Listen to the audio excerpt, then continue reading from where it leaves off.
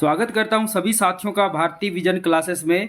साथियों, आज हम रीतिकाल का संपूर्ण निचोड़ सीरीज पार्ट 2 लेकर आ गए हैं। इसका जो पार्ट 1 वीडियो है, इसको बहुत पहले हम प्रारंभ में ही, जिस समय हम यूट्यूब पर पढ़ाना प्रारंभ किए थे, उसी समय रीतिकाल का पार्ट 1 वीडियो लेकर आए थे, जहां पर बहुत सारे विद्यार्थियों का कमेंट आ रहा था कि सर इसका पार्ट 2 लेकर कब आ रहे हैं।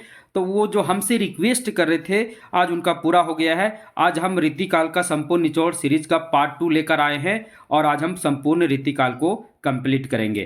तो सभी साथी क्लास से जुड़ जाएंगे। जो पार्ट 1 नहीं देखे होंगे तो वे हमारे जो वीडियो का प्ले लिस्ट है उसमें हिंदी साहित्य का इतिहास में जाकर इसी तरह का सेम थंबनेल में एक और वीडियो है जो रीतिकाल का पार्ट 1 में है, उसे आप देख लेंगे। तो चलिए प्रारंभ करते हैं रीतिकाल का संपूर्ण निचोड़ सीरीज पार्ट 2 को। रीतिकाल के पार्ट 1 में हम रीतिबद्ध काव्य धारा को देख लिए थे, यानी हम आपको बताए थे कि रीतिकाल के अंतर्गत 3 तरह की काव्य धाराएं थी: रीतिबद्ध, रीतिसिद्ध और रीतिमुक्त काव्य धारा। तो रीतिबद्ध काव्य धारा के जितने भी कवि थे उनका संपूर्ण जीवन परिचय हम देख लिए थे और उनकी प्रमुख रचनाओं की भी चर्चा किए थे।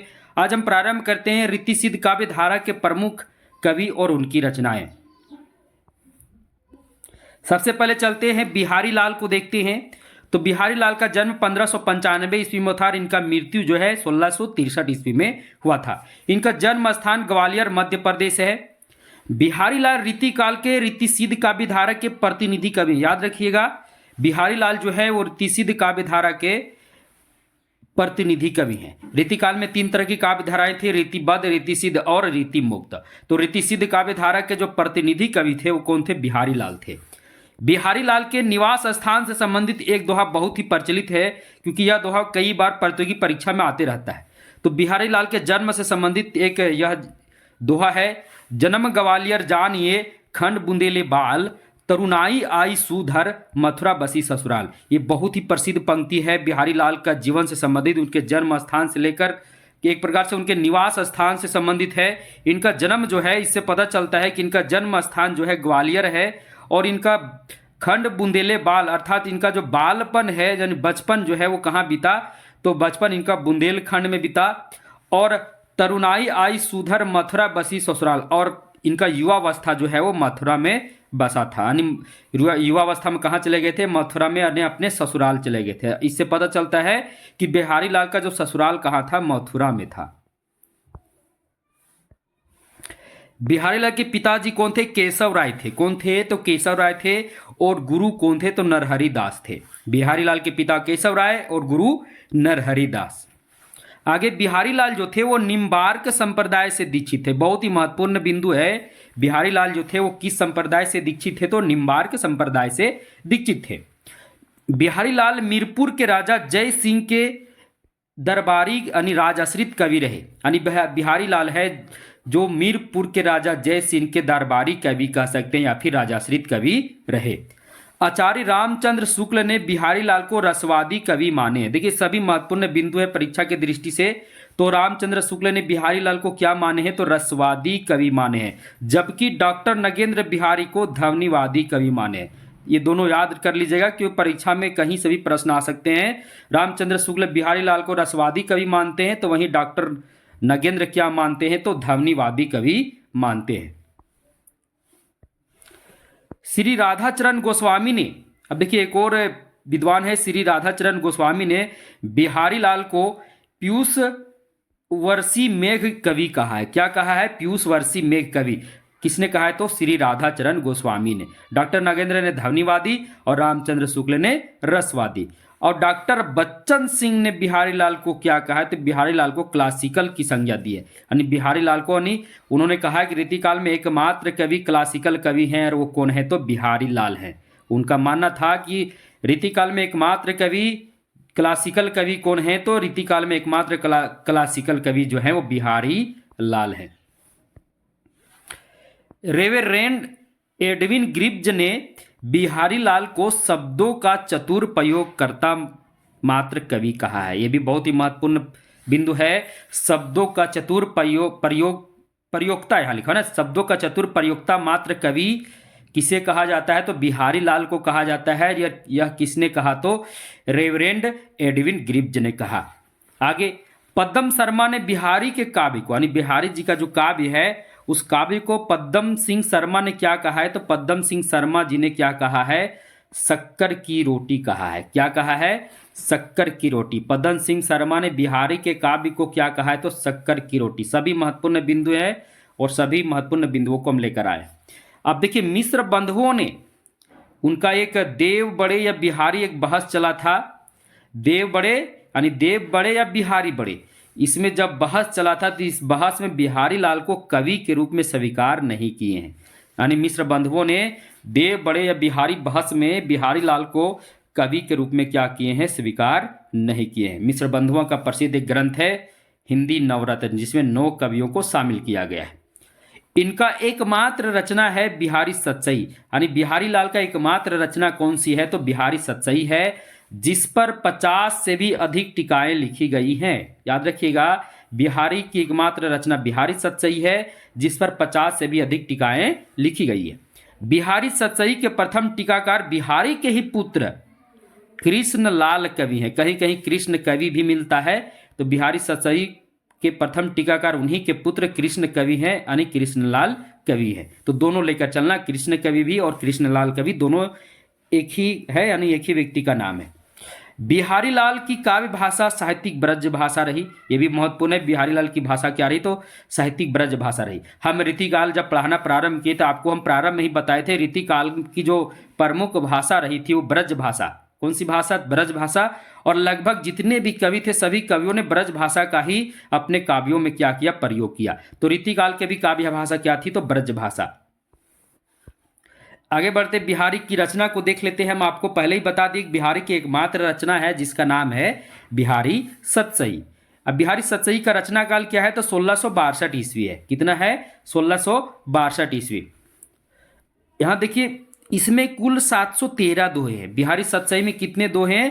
13 दोहे। सतसई का मतलब होता है 700 का संकलन, यानी 700 का संकलन है, 700 दोहों का संकलन कोई सतसई कहा जाता है, जिसमें 700 दोहे। तो 713 दोहे थे, इसलिए सतसई माना गया। यानी 700 से अधिक से 700 से कम नहीं होनी चाहिए। 700 से अधिक चलेगा, कम नहीं होनी चाहिए। तो इसमें कुल कितने दोहे थे? बिहारी सतसई में 713 दोहे थे। अब यहाँ एक बिंदु बहुत ही महत्वपूर्ण, इसे भी समझेंगे। कुछ विद्वानों ने बिहारी सतसई में दोहों की संख्या 719 भी बताए हैं। तो कहीं कहीं आपको 719 भी देखने को मिलता है और कहीं कहीं आपको 713 भी देखने को मिलता है। तो अगर कुल पद की बात करें तो उसमें कुल पद 719 है, परंतु जब दोहों की बात हो तो उसमें जो दोहे हैं वो कुल 713 ही हैं। इसीलिए बिहारी सतसई में कुल कितने दोहे हैं? 713 दोहे हैं। इसकी भाषा साहित्यिक ब्रज है, यानी बिहारी सतसई की भाषा क्या है? ब्रज भाषा है। और यह क्या है? बिहारी सतसई एक मुक्तक काव्य है। क्या है? मुक्तक काव्य। मुक्तक काव्य क्या होता है? इस पर भी एक हम भारतीय काव्य पर एक बहुत ही महत्वपूर्ण वीडियो बनाए, जिसमें हम आपको काव्य के सभी प्रकार की भी चर्चा किए। तो मुक्तक काव्य वो होता है जिसका एक पंक्ति का दूसरे पंक्ति से कोई संबंध नहीं होता, अर्थात उसमें सभी पंक्तियां आपस में क्या होती है? तो आपस में स्वतंत्र होती है। अर्थात पहली पंक्ति दूसरी पंक्ति से दोनों एक दूसरे से अलग होते हैं, दोनों में अलग अलग बातें लिखी होती है। इसी को मुक्तक काव्य कहते हैं। जिस प्रकार आप कबीर दास का जो दोहा पढ़ते हैं तो उसमें भी सभी मुक्तक काव्य है, क्योंकि एक दोहा का दूसरा दोहा से कोई मतलब नहीं होता। दोनों में अलग अलग बातें कबीर दास ने चर्चा की है, इसलिए मुक्तक काव्य उसे कहते हैं। आगे इसका एक एक दोहा हिंदी साहित्य में रत्न माना जाता है। यानी बिहारी सतसई का जो एक एक दोहा है वो हिंदी साहित्य में क्या माना जाता है? तो हिंदी साहित्य का रत्न माना जाता है। रामचरितमानस के बाद अगर सबसे अधिक टीका किसी रचना पर लिखी गई, बिहारी सतसई पर ही लिखी गई। यानी रामचरितमानस के बाद अगर सबसे अधिक किसी पर टीका लिखी गई तो बिहारी सतसई पर। और यह कौन कहें? तो डॉक्टर नागेंद्र अपने संपादिक जो उनका पुस्तक है हिंदी साहित्य का इतिहास में, उन्होंने कहे कि रामचरितमानस के बाद अगर सबसे अधिक टीका किसी पर लिखा गया तो किस पर? तो बिहारी सतसई पर। अगला बिहारी सतसई एक श्रृंगारिक काव्य है। क्या है? यह एक श्रृंगारिक काव्य है और बिहारी सतसई में 600 श्रृंगारिक दोहे। कितने हैं? तो 600 श्रृंगारिक, 600 के लगभग बताए गए हैं कि बिहारी सतसई में लगभग 600 के लगभग में श्रृंगारिक दोहे, इसलिए यह एक क्या है? श्रृंगारिक काव्य है। बिहारी सतसई के प्रथम टीकाकार की चर्चा तो हम कर भी चुके थे ऊपर, फिर एक बार फिर बता दे रहे हैं। कृष्ण कवि की टीका नाम से सवैया छंद में बिहारी सतसई के प्रत्येक दोहों का विवेचन किया। देखिए, कृष्ण कवि बिहारी सतसई के प्रथम टीकाकार हुए जो उनके पुत्र थे, और उन्होंने क्या नाम दिया था? कृष्ण कवि की टीका। क्या नाम दिया था? कृष्ण कवि की टीका। और किस छंद में इसका टीकाकरण किए थे? तो टीका जो किए थे वो सवैया छंद में किए थे, और बिहारी सतसई के प्रत्येक दोहों का उन्होंने अपने कृष्ण कवि की टीका में विवेचन किए। आगे बिहारी सतसई ये तो चर्चा कर दिए, 600 श्रृंगारिक दोहे, इसलिए श्रृंगार रस की प्रधानता को देखते हुए इस ग्रंथ को श्रृंगारिक काव्य भी कहा गया है। यानी श्रृंगारिक काव्य है, मतलब ये कैसा काव्य है? तो श्रृंगारिक काव्य है। रामचंद्र शुक्ल ने बिहारी सतसई पर सबसे उत्तम टीकाकार जगन्नाथ दास रत्नाकर को माने। यानी जगन्नाथ दास रत्नाकर जो आधुनिक काल से जुड़े हुए हैं, तो जगन्नाथ दास रत्नाकर जो हैं वो क्या हैं? तो बिहारी सतसई का सबसे उत्तम टीकाकार हैं, और यह मानने वाले कौन है? तो रामचंद्र शुक्ल जी हैं। बहुत ही महत्वपूर्ण यह भी बिंदु है। रामचंद्र शुक्ल ने किसे बिहारी सतसई पर सबसे बेहतर टीकाकार किसे माना? तो जगन्नाथ दास रत्नाकर को माना।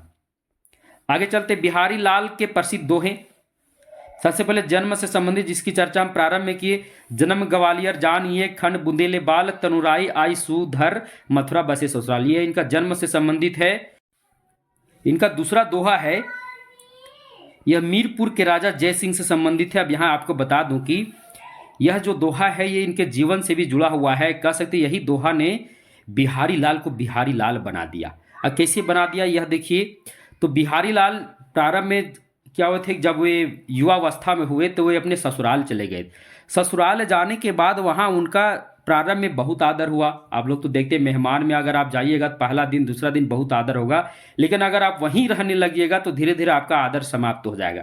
तो इनका भी प्रारंभ में बहुत आदर सत्कार ससुराल में हुआ मथुरा में, लेकिन धीरे धीरे वहाँ उनका आदर क्या हुआ? समाप्त हो गया। जब आदर उनका नहीं होने लगा तो उनको खराब लगने लगा, तो वहाँ से क्या हुए? वहाँ से वो चल दिए, कहाँ हुए? मीरपुर आए। अब मीरपुर आने के बाद वहाँ के जो प्रजा थी, प्रजा को देखकर उनको, प्रजा की हालत देखकर उनको बड़ा ही अजब से लगा। जब उनको पता करने पर उनको पता चला कि यहाँ का जो राजा है, यहाँ का राजा जय सिंह है, जो अपनी नई नवेली दुल्हन की प्रेम में इतना मग्न है कि उसको प्रजा पर कोई ध्यान नहीं। यानी प्रजा में चारों ओर लूटपाट हो रहा था, पर किसी को कोई भय डर नहीं था, क्योंकि राजा ही क्या था? तो राजा ही अपने नई नवेली दुल्हन, नई नवेली रानी के प्रेम में मग्न था। तब हिम्मत करके, क्योंकि उस मीरपुर में किसी का हिम्मत नहीं था कि राजा को जाकर समझाए कि आपकी प्रजा का हालत बहुत ही खराब है, परंतु हिम्मत करके बिहारी लाल ने क्या किया? तो यह पंक्ति राजा जय सिंह के पास भेजा। जब जय सिंह ने इस पंक्ति को पढ़ा तो जय सिंह का हृदय परिवर्तन हुआ, और नई नवेली दुल्हन रानी के प्रेम में जो मग्न था उससे वह छोड़कर, उस भोग विलास के जीवन को छोड़कर पुनः राजकाज में जुट गया। और उसी समय से मीरपुर के क्या हुए? तो मीरपुर के राजा जय सिंह के बिहारी लाल क्या हुए? तो राजाश्रित कवि हुए। तो यह दोहा बहुत ही प्रसिद्ध है, और कई बार प्रतियोगी परीक्षा में यह दोहा पूछते रहता है। अगला है, बतरस लालच लाल की मुरली धरी लुकाए, सोह करे भोहनु हंसे देने कहे नटी जाए। यह एक श्रृंगारिक पंक्ति है, संयोग पक्ष में है। अगला है, मेरी भव बाधा हरो राधा नगरी सोय, जातन की झाई परे श्याम हरित दुति हो। ये भक्ति भावना से संबंधित है, और राधा कृष्ण के प्रति उनका भक्ति भाव था। ये भी बहुत महत्वपूर्ण है कि बिहारी लाल का किन के प्रति भक्ति भाव था? तो राधा कृष्ण के प्रति। उनकी बहुत सारी कविताओं राधा कृष्ण की श्रृंगारिक वर्णन भी इसमें किया गया है।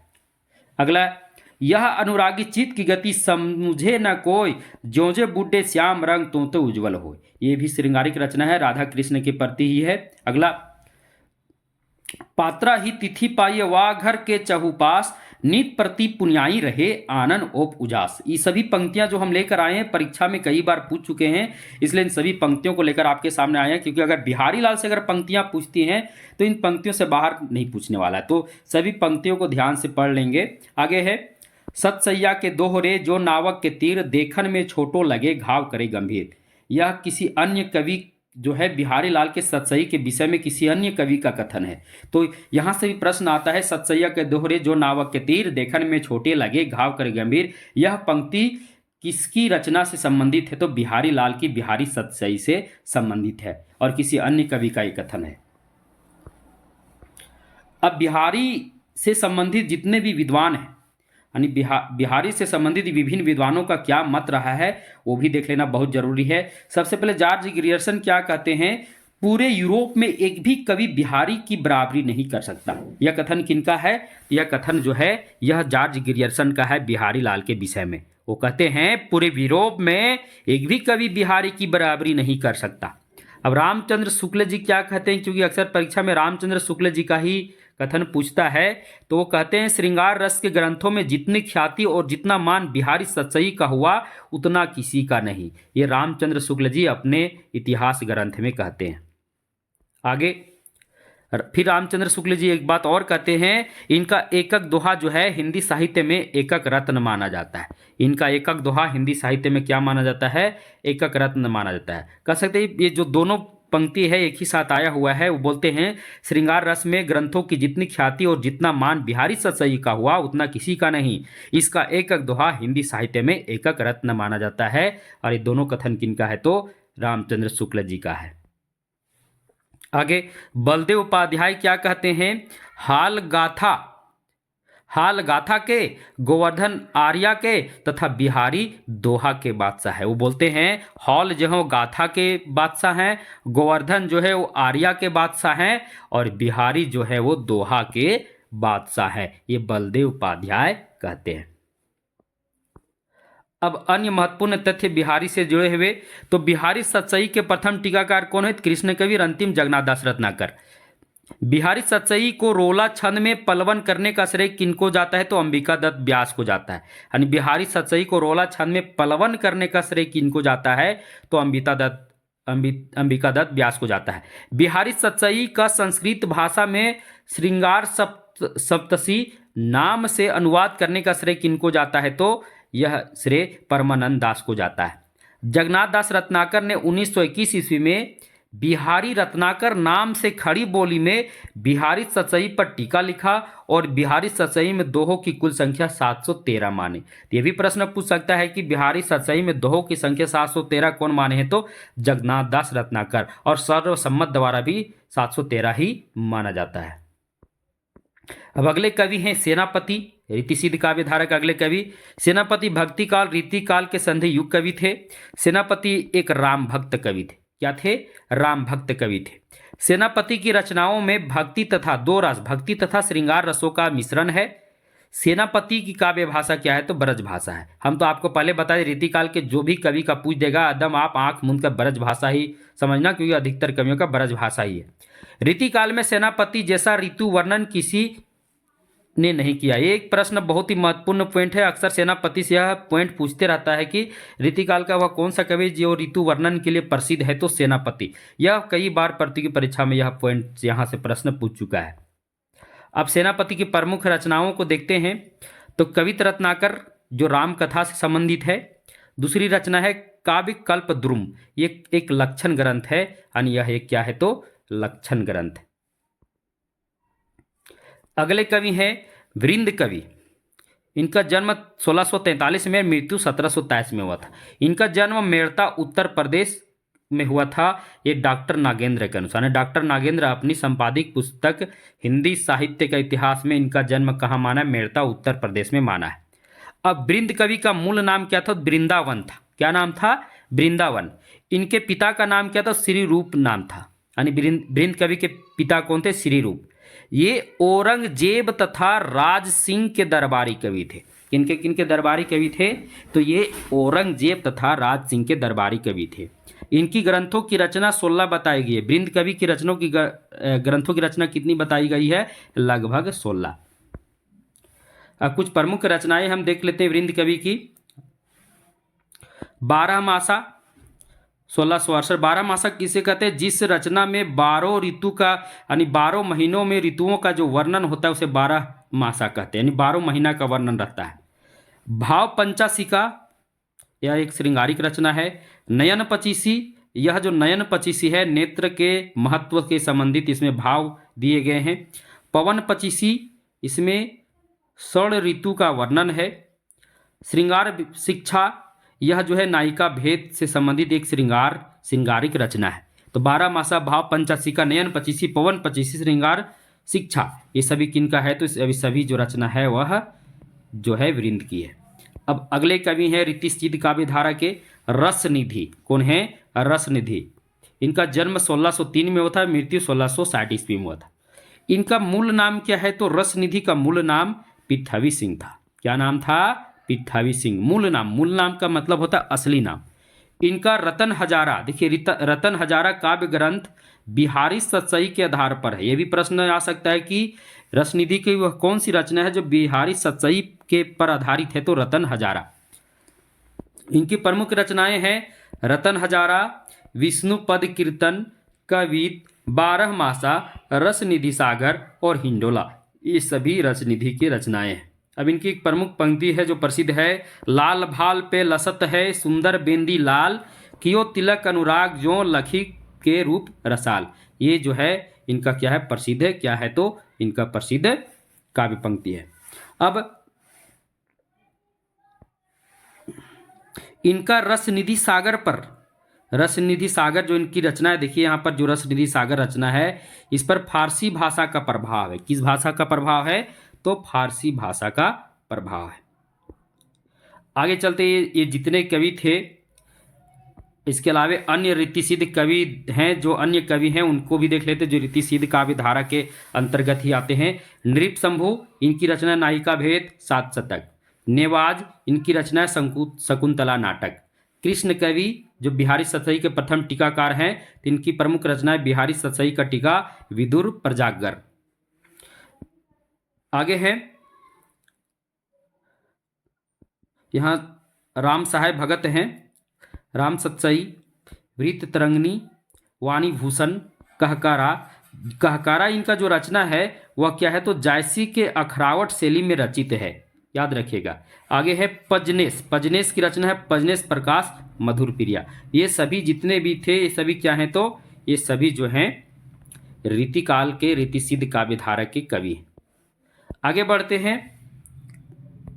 आपको पता होगा कि रीतिकाल में सतसई परंपरा चला था, तो बिहारी लाल, रसनिधि, वृंद कवि, मतीराम भूपति ये क्या है तो रीति सतसई परंपरा के प्रमुख कवि हैं जिन्होंने सतसई की रचना की। यह भी यहाँ से प्रश्न कई बार प्रतियोगी परीक्षा में आता है, इनमें से कौन सा कवि सतसई परंपरा के अंतर्गत नहीं आते, तो इसको याद कर लेना, सभी आते हैं। इसके अलावा रहीम भी आते हैं, तो यहाँ अगर रीतिकाल से संबंधित है सभी आते हैं, याद रखिएगा। अब आगे चलते हैं। अभी हम देखें रीति सिद्ध काव्य धारा के प्रमुख कवि हम बिहारी लाल से लेकर पजनेस, नृप शंभु, रसनिधि सभी के बारे में देखें। अब हम चलते हैं अब रीति मुक्त काव्य धारा के जो प्रमुख कवि हैं उनकी रचनाओं को देखते हैं। सबसे पहले आलम रीति मुक्त काव्य धारा के प्रमुख कवि हैं। आलम की प्रेमिका का नाम, जब भी रीति मुक्त आ गया तो समझ लीजिए कि अब ये जो कवि हैं राजदरबारी कवि न थे, यह जनता के कवि थे, प्रेम के कवि थे। इनकी रचनाओं में प्रेम ही उमड़ता है, यानी ये प्रेमी थे, रियल में कहा जाए तो ये एक सच्चे प्रेमी थे और इनकी रचनाओं में प्रेम का ही भाव है। और अधिकतर रचनाओं में किस प्रकार का प्रेम का भाव है तो वियोग रस से जुड़ा हुआ प्रेम का भाव। तो आलम की प्रेमिका का नाम क्या था? शेख रंगरेजिन। क्या नाम था? शेख रंगरेजिन। और इन्हीं के कारण है ये पहले ब्राह्मण थे। क्या थे? ब्राह्मण थे, परंतु बाद में क्या हुए मुस्लिम बन गए, यानी मुसलमान बन गए। किसके कारण? अपनी प्रेमिका रंगरेजिन के कारण। इनका काव्य कवित और सवैया छंद में, 2 छंद में इनका जो काव्य है कवित छंद में है और सवैया छंद में है। इनकी काव्य भाषा क्या है तो ब्रज भाषा है। क्या है? ब्रज भाषा है। रामचंद्र शुक्ल ने इनको प्रेमोन्मत्त कवि कहा है। क्या है? कहा है तो प्रेमोन्मत्त कवि है, यानी प्रेम में उन्मत्त कवि है, ये रामचंद्र शुक्ल जी ने कहा है। मिश्र बंधुओं ने आलम को पद्माकर की श्रेणी में रखा है। किसके श्रेणी में रखा है तो आलम को पद्माकर की श्रेणी में मिश्र बंधुओं ने रखा है। रामचंद्र शुक्ल के अनुसार ये औरंगजेब के पुत्र मुयज्जम शाह के दरबारी कवि थे। किसके दरबारी कवि थे तो ये औरंगजेब के पुत्र मुयज्जम शाह के दरबारी कवि थे। अब आलम की प्रमुख रचनाओं को देख लेते हैं। पहला है माधवानल काम कंदला। माधवानल काम कंदला एक प्रबंध काव्य है और ये प्रेम कथा पर आधारित है। किस पर आधारित है तो प्रेम कथा पर आधारित है, एक प्रबंध काव्य है। दूसरा है श्याम स्नेही, यह भी एक प्रबंध काव्य है। श्याम स्नेही में जो है रुक्मणी और कह सकते हैं श्री कृष्ण का विवाह का वर्णन है। तीसरा है सुदामा चरित, यह भी एक प्रबंध काव्य है, इसमें सुदामा की कथा का वर्णन है। सुदामा कौन थे? श्री कृष्ण के क्या थे तो श्री कृष्ण के परम मित्र थे। अगला है आलम केली। आलम केली एक मुक्तक काव्य है और इसमें श्रृंगारिक रचनाओं का समाहार है, यानी श्रृंगारिक पंक्तियां इसमें है आलम केली। तो ये सभी जो है आलम के 4 प्रमुख रचनाएं हैं, माधवानंद, कामकंदला, श्याम स्नेही, सुदामा चरित और आलम केली। इसमें से आलम केली कई बार पूछता है किनकी रचना है, तो आलम केली आलम की रचना है। अब आलम की प्रमुख काव्य पंक्तियों को देख लेते हैं। पहला पंक्ति है, कनक छुरी सी कामनी काहे को कटी छीन, प्रेम रंग पगे जगमगे जगे जामनी के। तीसरा है, रात के उनिंदे अरसाते मदमाते राते, दाने की न पाने की न आवे सुध खाने की। याद रखिएगा ये किनका है, आलम की है। परीक्षा में ये पंक्ति और प्रथम पंक्ति दोनों पंक्ति कई बार पूछ चुके हैं। अगले कवि हैं जो कह सकते हैं कि घनानंद और रीति मुक्त काव्य धारा के प्रतिनिधि कवि। घनानंद को प्रेम का पीर कवि कहा जाता है। इनका जन्म 1689 में हुआ था और मृत्यु 1739 में हुआ था। जन्म इनका कहाँ हुआ था, बुलंदशहर में हुआ था और इनका मृत्यु जो है वृंदावन में हुआ था। आगे देखिए, ये रीति मुक्त काव्य धारा के प्रतिनिधि कवि हैं। जिस प्रकार रीति सिद्ध काव्य धारा के प्रतिनिधि कवि बिहारी लाल थे, उसी प्रकार रीति मुक्त काव्य धारा के प्रतिनिधि कवि कौन थे, तो रीति मुक्त काव्य धारा के प्रतिनिधि कवि घनानंद थे। ये मोहम्मद शाह रंगीले के दरबार में मीर मुंशी के पद पर थे और राजाश्रित कवि भी रहे होंगे और मीर मुंशी के भी पद पर थे। इसकी प्रेमिका का नाम क्या था, सुजान था। क्या नाम था, सुजान था। अब ये सुजान से बहुत प्रेम करते थे और सुजान से प्रेम के कारण ही मोहम्मद शाह रंगीले ने इनको अपने दरबार से क्या किया, तो दरबार से बेइज्जत करके वहाँ से निकाल दिया था। यानी मोहम्मद शाह रंगीले के दरबार से निकलने का कारण क्या था, सुजान से प्रेम करते थे। जब वे वहाँ से निष्कासित हुए तो साथ में सुजान को भी चलने के लिए बोले, परंतु सुजान वहाँ से नहीं गई। यानी सुजान घनानंद के साथ नहीं गई और घनानंद सुजान से बहुत प्रेम करते थे और पूरा जीवन में कह सकते उनका काव्य जीवन जो है ये सुजान के ही प्रति रहा और उनका जीवन दुखों से ही भरा रहा। दरबार से निष्कासित होने के बाद ये वृंदावन में रहकर निम्बार्क संप्रदाय में दीक्षित हुए। यानी जब दरबार से उनको निष्कासित कर दिया, मोहम्मद रंगीले के दरबार से जब वे निष्कासित हुए, निष्कासित होने के बाद वृंदावन आ गए। वृंदावन में आने के बाद वो निम्बार्क संप्रदाय में क्या हुए, दीक्षित हुए। अब इनकी हत्या का भी एक रहस्य है। इनकी हत्या जो है नादिर शाह के सैनिकों द्वारा हुई थी। और क्यों हुई थी, क्योंकि नादिर शाह के सैनिक जब उधर से उस वृंदावन से आ रहे थे तो रास्ते में जब देखे, रास्ते में उधर से घनानंद आ रहे थे तो इनको लगा कि ये राजा के मीर मोहम्मद शाह रंगीले के दरबार में थे, इनके पास बहुत सारा रुपया पैसा होगा। तो सभी क्या करते हैं, तो सभी उनको लूटने के उद्देश्य से उनको मार देते, परंतु उनके पास मार देते यानी उनको हत्या कर देते हैं और हत्या करने के बाद कुछ भी उनको नहीं मिलता है। अब देखिए, जब वहाँ से निकले थे, जब इनको दरबार से रंगीले मोहम्मद शाह रंगीले इनको निकाल दिया था, तो दरबार से निकलते समय कुछ भी लेकर वहाँ से नहीं आए थे, खाली हाथ वहाँ से आए थे। इसलिए इनके पास कुछ भी नहीं था और नादिर शाह के सैनिकों को लगा इनके पास बहुत कुछ है, इनको मारकर सब हम क्या करेंगे, लूट लेंगे। और ऐसा कुछ भी नहीं होता है, यानी उनको कुछ भी नहीं मिलता है और घनानंद की हत्या भी वो लोग कर देते हैं। घनानंद को प्रेम का पीर कवि कहा जाता है, ये रामचंद्र शुक्ल जी ने ही कहा है। प्रश्न पूछ सकता है कि घनानंद को प्रेम का पीर कवि किसने कहा है, तो रामचंद्र शुक्ल ने। या फिर किस कवि को प्रेम का पीर कवि कहा जाता है, तो घनानंद को प्रेम का पीर कवि कहा जाता है। इनकी काव्य भाषा क्या है, तो ब्रज भाषा। घनानंद की रचनाओं का सर्वप्रथम संकलन करने का श्रेय ब्रजनाथ को है। एक बिंदु महत्वपूर्ण है, घनानंद की रचनाओं को सर्वप्रथम संकलन करने का श्रेय किसको है, तो ब्रजनाथ को है। घनानंद की रचनाओं का सर्वप्रथम भारतेंदु हरिश्चंद्र ने सुंदरी तिलक नाम से प्रकाशित कराया था। देखिए, संकलन करने का श्रेय ब्रजनाथ को है प्रथम, लेकिन इनकी रचनाओं को प्रथम बार अगर किसी ने प्रकाशित किया था तो भारतेंदु हरिश्चंद्र ने किया था। और किस नाम से, सुंदरी तिलक नाम से। तो सुंदरी तिलक किनकी रचना हो गई, भारतेंदु हरिश्चंद्र की। और ये सुंदरी तिलक नाम से किनकी रचनाओं का ये संकलन है, तो घनानंद की, जिसे प्रकाशन किए थे। अब घनानंद की प्रमुख रचनाओं की चर्चा करते हैं। सुजान सागर, इसका प्रकाशन कौन करवाए थे, जगन्नाथ दास रत्नाकर। घनानंद कवित, इसका प्रकाशन कौन करवाए थे, विश्वनाथ प्रसाद मिश्र। सुजान शतक, इसका प्रकाशन कौन करवाए थे, तो इसमें 119 छंद हैं और इसका प्रकाशन एक प्रकार से जगन्नाथ दास रत्नाकर ने कराया। देखिए, सुजान शतक जो है सुजान सागर का ही अंश है। किसका है, सुजान सागर का ही सुजान शतक अंश है। सुंदरी तिलक, सुंदरी तिलक को कौन प्रकाशन कराए? भारतेंदु जी कराए, अभी चर्चा किए। सुजान हित, यह एक श्रृंगारिक रचना है और किस छंद में है? तो कवित सवैया छंद में है। इश्कलता, यह भी श्रृंगारिक रचना है और इसमें वियोग रस का, माने वियोग रस में है, यानी यह दुख से भरा हुआ है, अर्थात प्रेम का श्रृंगार, यानी श्रृंगारिक रचना ही है। और इसमें कौन सा रस है? तो श्रृंगारिक रचना है, इसमें वियोग रस है। यानी श्रृंगार के दो पक्ष हैं, संयोग पक्ष और वियोग पक्ष। तो इसमें कौन सी पक्ष की रचना है? तो वियोग पक्ष की। वियोग और संयोग में क्या अंतर होता है? जब कोई प्रेमी प्रेमिका मिलने के लिए, जब वो उनका मिलन होने वाला होता है और मिलने में जो उनकी पीड़ा होती है मिलन के इंतजार में, उसे संयोग पक्ष कहते हैं। और जब दो प्रेमी प्रेमिका बिछड़ जाते हैं, बिछड़ने के बाद जो पीड़ा होती है उसे क्या कहते हैं? प्रेम का वियोग पक्ष कहते हैं। तो श्रृंगार रस जो है प्रेम से जुड़ा हुआ है और प्रेम का दो पक्ष वियोग और संयोग। वियोग बिछड़ने में, संयोग मिलने में। अगला है वियोग बेली, यह एक श्रृंगारिक रचना है, यह भी वियोग श्रृंगारिक रचना है। किस प्रकार का? वियोग, ये भी इसमें वियोग पक्ष को ही लिया गया है।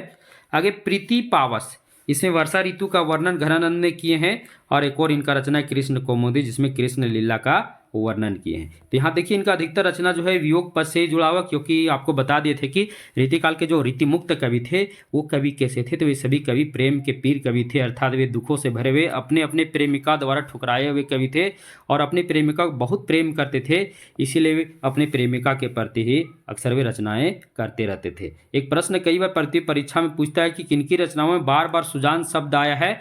तो घनानंद, ये भी बहुत ही महत्वपूर्ण बिंदु है। अब घनानंद के विषय में विद्वानों के प्रमुख मत क्या क्या हैं? प्रेम के पीर ही को लेकर इनकी वाणी का प्रादुर्भाव हुआ, ये रामचंद्र शुक्ल जी ने कहा है। ब्रजनाथ ने क्या कहा है? घनानंद प्रेम की यातना के कवि हैं। घनानंद जो है प्रेम की यातना के कवि हैं। आगे डॉक्टर वासुदेव सिंह ने क्या कहे हैं? घनानंद की भाषा सरल और स्वाभाविक है, यानी उनकी भाषा को लेकर वो अपना मत दिए कि घनानंद की भाषा जो है सरल और स्वाभाविक है। अब घनानंद की प्रसिद्ध पंक्ति कौन कौन है वो देख लीजिए, और अक्सर परीक्षा में ये सब पूछे जाते हैं। लोग हैं लागी कवित बनावत, मोही तो मेरे कवित बनावत, ये तो कई बार पूछा है प्रतियोगी परीक्षा में। अगला अति सुधो स्नेह को मार्ग है, जहाँ नेकु से सनायब बांक नहीं, ये भी कई प्रतियोगी परीक्षा में पूछा है। आगे है हार पहाड़ से लागत है, अब आनी के बीच पहाड़ परे, ये भी महत्वपूर्ण है। और एक और है उजरीन बसी है हमारी अखियान देखो, ये भी किनका पंक्ति है? तो घनानंद की प्रसिद्ध पंक्ति है। ये चार पंक्ति घनानंद की बहुत ही प्रसिद्ध है, कई प्रतियोगी परीक्षा में पूछ लेती है, तो इसे आप ध्यान से याद रखना। हम आपको बता दें जिनको नोट्स चाहिए, JSSC यानी JSSC की तैयारी करें, JSSC के जितना भी प्रतियोगी परीक्षा है, चाहे आप CGL की तैयारी कर रहे हैं या फिर सहायक आचार्य की तैयारी कर रहे हैं या फिर JTET की तैयारी करें या फिर अगर वर्तमान में जो झारखंड पुलिस आया है उसकी तैयारी कर रहे हैं, तो याद रखिए कि JSSC पेपर 2 अगर आप हिंदी लिए हैं तो इसका संपूर्ण नोट्स यानी पूरा सिलेबस का हस्तलिखित नोट्स जो है भारतीय विजन क्लासेस के यूट्यूब पर भी अपलोड है, साथ ही साथ उसका हस्तलिखित नोट्स से भी उपलब्ध है, जो PDF फॉर्मेट में है, जो आपको व्हाट्सएप में मिलेंगे। काची मिलेंगे? व्हाट्सएप में मिलेंगे। और जिनको ये लेनी है वो हमसे ले सकते हैं। इसके लिए आपके भारतीय विजन क्लासेस का टेलीग्राम ग्रुप में ज्वाइन करना होगा या फिर डायरेक्ट हमसे कांटेक्ट भी कर सकते हैं। दोनों अन्य टेलीग्राम लिंक और मेरा मोबाइल नंबर डिस्क्रिप्शन बॉक्स में दिया हुआ है, इस वीडियो के डिस्क्रिप्शन बॉक्स में, वहां जाकर आप हमसे कांटेक्ट कर सकते हैं, यानी हस्तलिखित नोट्स मिलेंगे। और अगले कवि हैं ठाकुर, इनका जन्म 1766, मृत्यु 1833 में हुआ। ये रीतिकाल के प्रसिद्ध कवि थे। ये जैतपुर के राजा केसरी सिंह और उनके पुत्र पारीक्षत के राजाश्रित कवि रहे। ये रीतिकाल में बुंदेली ठाकुर के नाम से प्रसिद्ध थे। याद देखिए रामचंद्र शुक्ल जी ने अपने हिंदी साहित्य के इतिहास में 3 ठाकुरों की चर्चा की है, जिसमें एक ठाकुर कौन है? तो यही है। इनको बुंदेली ठाकुर के नाम से भी जाने जाते हैं। इनकी प्रमुख रचना है ठाकुर ठसक और ठाकुर शतक, ये 2 ठाकुर की प्रमुख रचना है। अगले कवि हैं बोधा। इनका वास्तविक नाम बुद्धिसेन था, परंतु इनको बोधा नाम जो देने का श्रेय है पन्ना नरेश खेत सिंह का देन है। तो ये खेत सिंह के दरबारी कवि थे और खेत सिंह ने इनको क्या नाम दिया था? बोधा। इनकी काव्यों में प्रेम की पीर की निश्चल और मनोरम अभिव्यक्ति हुई है। आगे इन्होंने विरह वागीश की रचना की। किसकी रचना की? इन्होंने विरह वागीश की रचना जो है आलमकृत माधवानंद कामकंदला के आधार पर किया है। यानी इनका जो विरह वागीश की रचना जो है वो माधवा आलम की जो रचना है माधवा नल काम कंदला, उसी के आधार पर विरह वागीश की रचना इन्होंने किया है। तो ये भी प्रेम की रचना है, क्योंकि माधवा नल काम कंदला एक प्रेम रूपी रचना है, प्रेम से जुड़ा हुआ, ये भी प्रेम से जुड़ा हुआ रचना है। इनकी रचना इश्कनामा प्रेम कथा पर आधारित एक प्रेम काव्य है। इनकी एक और रचना है इश्कनामा, ये भी किस पर आधारित है, तो प्रेम पर ही आधारित है। बोधा के विषय में विद्वानों के मत। बोधा, केवल बोधा ही ऐसे कवि हैं जो भाषा को स्वाभाविक रूप को लेकर चले हैं, ये डॉक्टर मनोहर लाल गौड़ ने कहा है। यानी बोधा केवल ऐसे कवि हैं जो भाषा के स्वाभाविक रूप को लेकर चले। आगे रामचंद्र शुक्ल जी क्या कहते हैं, बोधा जो है वो रसोन्मत्त कवि हैं। क्या है, तो रसोन्मत्त कवि है ये रामचंद्र शुक्ल जी कहे हैं। अब बोधा के प्रमुख काव्य पंक्ति क्या है, तो देख लीजिए। यह प्रेम को पंथ कराल महा, तरवारी की धार पे धामनो है। एक और है इनका पंक्ति, होई मजाजी में जहां इश्क हकीकी खूब, सो साचो ब्रजराज है जो मेरा महबूब। ये दो पंक्ति इनका क्या है, बोधा का प्रसिद्ध पंक्ति है। आगे रीतिमुक्त काव्य धारा के एक और कवि हैं द्विज देव, जिनको राजा मान सिंह भी कहा जाता है। इनकी दो रचना है श्रृंगार लतिका सौरभ और एक और है श्रृंगार बत्तीसी, दोनों किनका है, द्विज देव की रचना है। ये अयोध्या के रहने वाले थे। द्विज देव कहाँ के रहने वाले थे, अयोध्या के रहने वाले थे। और इनकी रचना जो है श्रृंगार बत्तीसी, इसमें क्या है, तो प्रकृति का श्रृंगारिक वर्णन है। यानी किसका श्रृंगारिक वर्णन है, तो श्रृंगार बत्तीसी में द्विज देव ने प्रकृति का श्रृंगारिक वर्णन किया। परीक्षा में प्रश्न पूछकर आपको फंसा सकता है कि श्रृंगार बत्तीसी में किसका वर्णन है, तो वहाँ नायक का श्रृंगारिक वर्णन है, नायिका की श्रृंगारिक वर्णन है, प्रकृति का श्रृंगारिक वर्णन है, तो आप वहाँ फंस सकते। तो याद रखिएगा, श्रृंगार बत्तीसी में द्विज देव ने प्रकृति का श्रृंगारिक वर्णन किए। अब यहाँ देख लेते हैं रीतिकालीन कवियों का राजाश्रय भी देख लेते हैं। सबसे पहले केशव दास किसके राजाश्रित कवि थे, तो इंद्रजीत सिंह के। भूषण शिवाजी के राजाश्रित कवि थे और छत्रसाल के। मतीराम भाव सिंह के राजाश्रित कवि थे। घनानंद मोहम्मद शाह रंगीला के राजाश्रित कवि थे, जहां से इनको निष्कासित किया गया था। बिहारी लाल जय सिंह के राजाश्रित कवि थे। देव कुशल सिंह के राजाश्रित कवि थे। सोमनाथ प्रताप सिंह के राजाश्रित कवि थे। और आलम मुअज्जम के क्या थे, तो राजाश्रित कवि थे। अब अंत में रीतिकाल के जो अन्य अस्मरणीय तथ्य उसको भी हम देख लेते हैं। तो सबसे पहले हिंदी का प्रथम रीति शास्त्र ग्रंथ किसे माना जाता है, तो हिंदी का प्रथम रीति शास्त्र ग्रंथ हित तरंगिणी को माना जाता है। हिंदी की पहली सतसई कौन है, तो रहीम सतसई है। सतसई परंपरा का सबसे प्रसिद्ध ग्रंथ कौन है, तो सतसई परंपरा का सबसे प्रसिद्ध ग्रंथ है बिहारी सतसई। ध्वनि के प्रथम आचार्य कौन है हिंदी भाषा में, हिंदी भाषा में ध्वनि के प्रथम आचार्य कौन है, क्योंकि संस्कृत में ध्वनि के तो आनंद वर्धन है, लेकिन हिंदी में ध्वनि के कौन है, तो कुलपति मिश्र है। लक्षण ग्रंथ लिखने वाले अंतिम कवि कौन है, तो पद्माकर है। कौन है, पद्माकर है। रीतिकाल का अंतिम आचार्य कौन है, तो भिखारी दास। रीतिकाल के अंतिम आचार्य भिखारी दास। रीतिकाल की प्रधान काव्य भाषा क्या है, तो ब्रज भाषा है। और रीतिकाल का प्रमुख रस क्या है, तो श्रृंगार रस है। तो सभी रीतिकाल से संबंधित अन्य अस्मरणीय तथ्य थे। तो मुझे उम्मीद है कि इसका जो संपूर्ण निचोड़ का सीरीज का पार्ट 2 वीडियो क्लास भी आपको बहुत ही बेहतर लगा होगा। तो जो विद्यार्थी पार्ट 1 नहीं देखेंगे वो पार्ट 1 भी देख लेंगे, क्योंकि वीडियो का डिस्क्रिप्शन में उसका लिंक दिया हुआ, वहाँ से डायरेक्ट कॉन्टेक्ट करके आप पार्ट 1 भी देख सकते हैं। और पार्ट 1 पार्ट 2 जब देखेगा तब आपको पूरा समझ में आएगा संपूर्ण रीतिकाल का निचोड़ है। इससे बाहर परीक्षा में आपको प्रश्न नहीं आएंगे। हम आपको पुनः बता दें कि आप जिसको जेएसएससी की तैयारी कर रहे हैं, जेएसएससी की तैयारी कर रहे हैं, तो उन विद्यार्थियों के लिए संपूर्ण सिलेबस यानी पेपर 2 का संपूर्ण सिलेबस, पेपर 2 अगर आप हिंदी लिए हैं तब आपके लिए संपूर्ण सिलेबस मेरे पास उपलब्ध है। संपूर्ण हस्तलिखित नोट्स है और आप बहुत ही कम पैसे पे करके सभी हस्तलिखित नोट्स अपने मोबाइल में पा सकते हैं। इसके लिए आपको भारतीय विजन क्लासेस का टेलीग्राम ग्रुप ज्वाइन करना होगा, या तो फिर हमसे डायरेक्ट कांटेक्ट करना होगा।